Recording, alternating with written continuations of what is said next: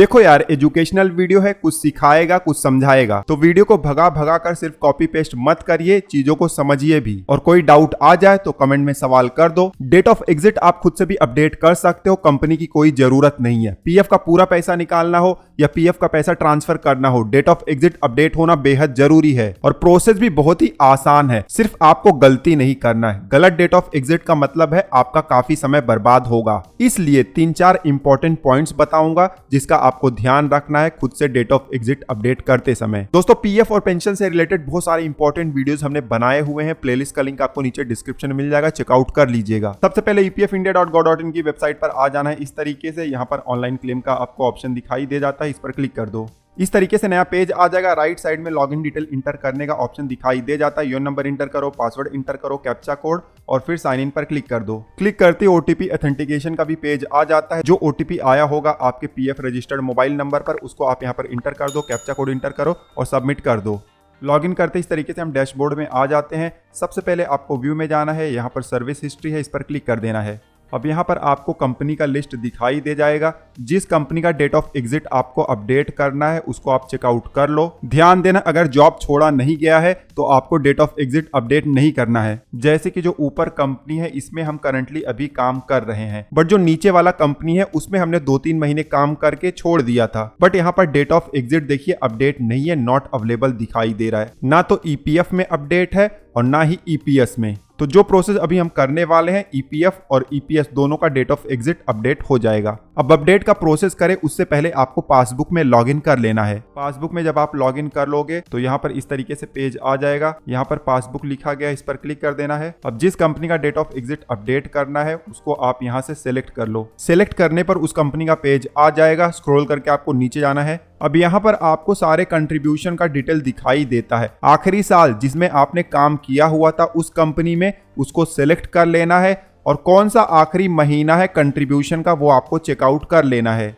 जैसे कि हमारे केस में अगस्त 2023 को आखिरी बार हमारा पीएफ कंट्रीब्यूशन जमा हुआ था। अब एक बहुत ही इंपॉर्टेंट पॉइंट का आपको यहाँ पर ध्यान देना है। अगर आपका कंपनी सही है, सही समय पर पीएफ कंट्रीब्यूशन जमा करता है, तब ये पॉइंट आपके लिए इंपॉर्टेंट नहीं है। लेकिन मान लो ऐसा कंपनी है जिसने पीएफ तो डिडक्ट किया आपकी सैलरी से लेकिन जमा नहीं कराया। अगर जमा नहीं कराता है तो यहाँ पर ट्रांजैक्शन दिखाई भी नहीं देगा। एग्जाम्पल के जरिए समझा देता हूं क्योंकि बहुत ही इंपॉर्टेंट पॉइंट है। मान लीजिए कि मैंने अक्टूबर 2023 तक जॉब किया हुआ था, लेकिन जो कंपनी था उसने सितंबर और अक्टूबर का जो कंट्रीब्यूशन था मेरी सैलरी से तो काट लिया, लेकिन पोर्टल पर जमा नहीं कराया। अब जब मैंने चेक किया तो मुझे पता चल गया कि मेरी सैलरी में से पीएफ तो अक्टूबर तक कटा है लेकिन यहाँ अगस्त दिखाई दे रहा है। तो अब मैं कंपनी को कॉन्टेक्ट करूंगा, उनसे पैसा जमा करवाऊंगा। जब पैसा जमा हो जाएगा तो यहाँ पर अक्टूबर 2023 तक अपडेट दिखाई देगा। और जब अपडेट हो जाएगा तो जो कंट्रीब्यूशन का आखिरी महीना होगा वो भी हमें पता चल जाएगा। हमारे केस में कोई भी दिक्कत नहीं है। जो आखिरी महीना है कंट्रीब्यूशन का अगस्त 2023 है, इसको हम नोट डाउन करके रख लेंगे और फिर से जाएंगे ईपीएफ इंडिया के पोर्टल पर। अब हमें डेट ऑफ एग्जिट अपडेट करने का प्रोसेस स्टार्ट करना है। मैनेज में जाना है, यहाँ पर मार्क एग्जिट है, इस पर क्लिक करना है। अब इस तरीके से पेज आ जाता है। ये पेज तभी आता है जब जॉब छोड़कर आपको 2 महीना हो गया है। हमारे केस में आ गया है। सेलेक्ट एम्प्लॉयमेंट का ड्रॉप डाउन है, इस पर क्लिक करेंगे। यहाँ पर कंपनी का नाम आपको दिखाई दे जाता है। जिस कंपनी का डेट ऑफ एग्जिट अपडेट करना है उसे सिलेक्ट कर लो। तो हमारे केस में पहला वाला है, इसको सिलेक्ट कर लेंगे। अब यहाँ पर डिटेल इंटर करने का पेज आ गया है। सबसे ऊपर मेंबर आईडी हमें दिखाई दे रहा है, उसके बाद स्टेबलाइजमेंट का नाम हमें दिखाई दे रहा है और उसके बाद एम्प्लॉयर का लास्ट कंट्रीब्यूशन हमें दिखाई दे रहा है। जो पासबुक में हमारा लास्ट मंथ ऑफ कंट्रीब्यूशन था वही यहाँ पर भी दिखाई दे रहा है। तो आप भी इसको क्रॉस वेरीफाई कर लीजिएगा। अब नीचे आएंगे, यहाँ पर डेट ऑफ बर्थ है, यहाँ पर डेट ऑफ ज्वाइनिंग ईपीएफ है, यहाँ पर डेट ऑफ ज्वाइनिंग ईपीएस है। उसके बाद अब हमें यहाँ पर एग्जिट डेट सिलेक्ट करना है। कंट्रीब्यूशन का जो आखिरी महीना होगा उसके डेट यहाँ पर हमें दिखाई देंगे और डेट आपको बहुत ध्यान से सिलेक्ट करना है। एक और इंपॉर्टेंट पॉइंट बताऊंगा एग्जांपल के साथ। मान लो कि 10 तारीख को आपने इस कंपनी में जॉब छोड़ा और 15 तारीख को आपने नया कंपनी ज्वाइन कर लिया, तो यहाँ पर जो डेट ऑफ एग्जिट आप सिलेक्ट करोगे वो 10 तारीख ही सिलेक्ट करना है, या आप गलती कर भी देते हो तो 11, 12, 13, 14 तक ही करना है। 15 या 15 के बाद का डेट यहाँ पर गलती से भी सिलेक्ट नहीं करना है। हमने यहाँ पर डेमो के लिए 31 सिलेक्ट कर लिया हुआ है। उसके बाद देखिए रीसिलेक्ट डेट ऑफ एग्जिट, यहाँ पर भी सेम डेट हमें सिलेक्ट करना है। उसके बाद जॉब छोड़ने का रीजन यहाँ पर सिलेक्ट करना है। बहुत सारे ऑप्शन दिए गए हैं। मेजॉरिटी ऑफ केसेस में फोर्थ वाला ऑप्शन एप्लीकेबल होता है। मान लो आपके लिए दूसरा ऑप्शन एप्लीकेबल है तो सिलेक्ट कर सकते हो, लेकिन ध्यान देना है सही ऑप्शन सेलेक्ट करना है। कुछ लोगों के लिए रिटायरमेंट एप्लीकेबल नहीं था, उन्होंने सिलेक्ट कर दिया और बाद में जब पीएफ विड्रॉ करते हैं तब इशू आता है। हमारे केस में हम फोर्थ वाला सिलेक्ट कर लेते हैं। उसके बाद नीचे आएंगे, यहाँ पर अब आधार ऑथेंटिकेशन के लिए कंसेंट देना है तो चेकबॉक्स पर क्लिक कर देंगे। फिर नीचे आएंगे, रिक्वेस्ट ओटीपी का बटन है, इस पर क्लिक करने से पहले मैं कहूँगा कि आप नीचे कुछ पॉइंट दिए गए हैं उसको पढ़ लीजिए। ये देखिए बहुत सारे पॉइंट दिए गए हैं, इसको आप पढ़ लीजिएगा। फर्स्ट और सेकंड पॉइंट को ऑलरेडी हमने डिस्कस किया हुआ है। थर्ड पॉइंट बता देता हूं कि अगर गलत डेट ऑफ एग्जिट इंटर करोगे तो उसको फिर ऑनलाइन सही नहीं किया जा सकता है, आपको पीएफ ऑफिस जाना पड़ेगा। उसके बाद फोर्थ पॉइंट में लिखा गया है कि डेट ऑफ एग्जिट अपडेट करके अगर आप पीएफ का पैसा विड्रॉ करते हो तो जिस कंपनी का विड्रॉ करोगे तो उस कंपनी का जो सर्विस पीरियड होगा वो लैप्स हो जाएगा। फ्यूचर में जब टोटल सर्विस पीरियड कैलकुलेट करोगे तो उसको इंक्लूड नहीं करना होगा, ठीक है। तो चारों पॉइंट को एक बार पढ़ लीजिएगा। उसके बाद ऊपर रिक्वेस्ट ओटीपी का बटन है, उस पर आपको क्लिक करना है। क्लिक करते ही अलर्ट आया कि क्या आपने सारे पॉइंट्स पढ़े, तो हमने पढ़ा हुआ है, यस पर क्लिक कर देंगे। अब ओटीपी देखिए सेंड हो रहा है, ओटीपी सेंड हो गया है। आधार रजिस्टर्ड मोबाइल नंबर को आपको चेक करना है, उस पर ओटीपी आया होगा।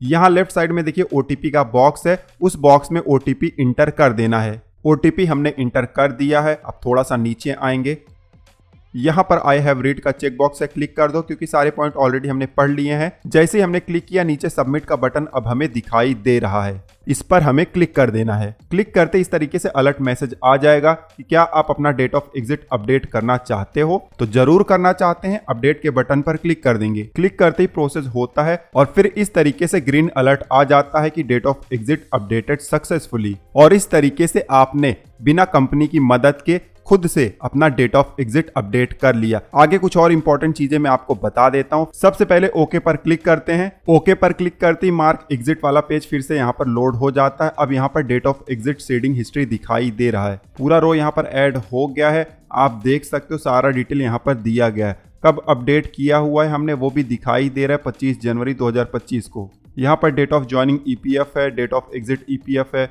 फिर ईपीएस का भी ज्वाइनिंग और एग्जिट डेट आ गया है। उसके अलावा व्यू में जाएंगे, सर्विस हिस्ट्री में जाएंगे, यहाँ पर भी सेकंड कंपनी में आप देख सकते हो डेट ऑफ एग्जिट अपडेट हो गया है। पहले नॉट अवेलेबल दिखाई दे रहा था, लेकिन अब ईपीएफ में भी डेट ऑफ एग्जिट आ गया है और ईपीएस में भी डेट ऑफ एग्जिट आ गया है। अब काफी लोग सवाल पूछते हैं कि यहाँ पर अगर डेट ऑफ एग्जिट अपडेट हो जाए तो क्या पीएफ का पैसा तुरंत विड्रॉ कर सकते हैं या पैसा ट्रांसफर कर सकते हैं? तो इसका जवाब है बिल्कुल। डेट ऑफ एग्जिट यहाँ पर अपडेट हो जाए तो अब एप्लीकेशन आप कर सकते हो, चाहे विड्रॉल का हो चाहे ट्रांसफर का। तो इस तरीके से पूरा प्रोसेस हमारा कंप्लीट हो गया। बहुत सारे सवालों के जवाब भी हमने यहाँ पर दे दिए। कोई डाउट है तो आप नीचे कमेंट कर सकते हो, या तो इंस्टाग्राम या ट्विटर पर आप मैसेज भी कर सकते हो। पीएफ और पेंशन से रिलेटेड दूसरे वीडियोस देखने के लिए स्क्रीन पर आपको प्लेलिस्ट दिखाई दे रहा है, चेकआउट कर लीजिएगा। इस वीडियो में बस इतना ही, मिलते हैं आपसे अगले वीडियो में। तब तक आप हंसते रहो, मुस्कुराते रहो। धन्यवाद।